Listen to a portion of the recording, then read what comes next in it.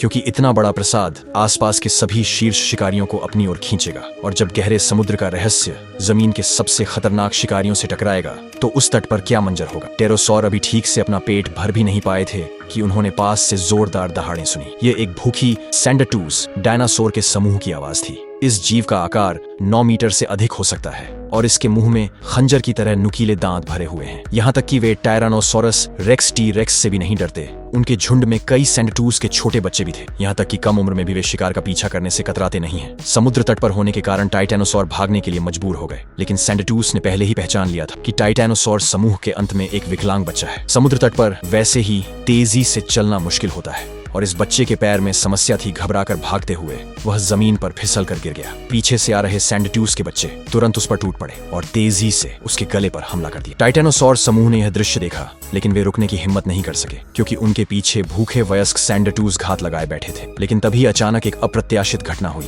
कुछ युवा स्पिनोसॉरस ने अचानक हमला कर दिया। सैंडरटूज ने टाइटैनोसौर को नजरअंदाज कर दिया और सारे के सारे स्पिनोसॉरस की ओर मुड़ गए। उन्होंने फैसला किया कि वे इस फंसे हुए विशालकाय जीव के शव को छीन लेंगे। यह विशाल शव उन्हें लंबे समय तक भरपेट भोजन देगा। अपना शिकार छीना जाते देख स्पिनोसॉरस ने तुरंत हमला करना शुरू कर दिया, लेकिन उनका आकार बहुत छोटा था और उनके समूह के बड़े सदस्य अभी तक यहाँ नहीं पहुंचे थे। वे सैंटूज समूह का मुकाबला नहीं कर सकते थे, इसलिए अंततः वापस लौटने का फैसला किया। पीछे बचे सैंटूज तुरंत शिकार के पास पहुंचे और खाना शुरू कर दिया। यह फंसा हुआ समुद्री विशालकाय जीव बहुत आकर्षक था। तट के दूसरी ओर कार्नोटोरस के एक परिवार ने भी इस फंसे हुए जीव को खोज लिया और जब वे पहुंचे तो किसी और जीव ने इस शिकार पर कब्जा नहीं किया था। ये कार्नोटोरस परिवार के लिए अत्यंत सौभाग्य की बात थी क्योंकि ये फंसा हुआ जीव बहुत विशाल था। ये न केवल उन्हें कुछ समय के लिए भोजन की चिंता से मुक्त कर देगा, बल्कि उन्हें खतरनाक शिकार भी नहीं करना पड़ेगा। इससे पहले कि शव सड़ना शुरू हो जाए, कार्नोटोरस ने तुरंत पेट को फाड़कर मांस खाना शुरू कर दिया। आंतरिक अंग सबसे अधिक पौष्टिक होते हैं और वे सड़ने से पहले जितना हो सके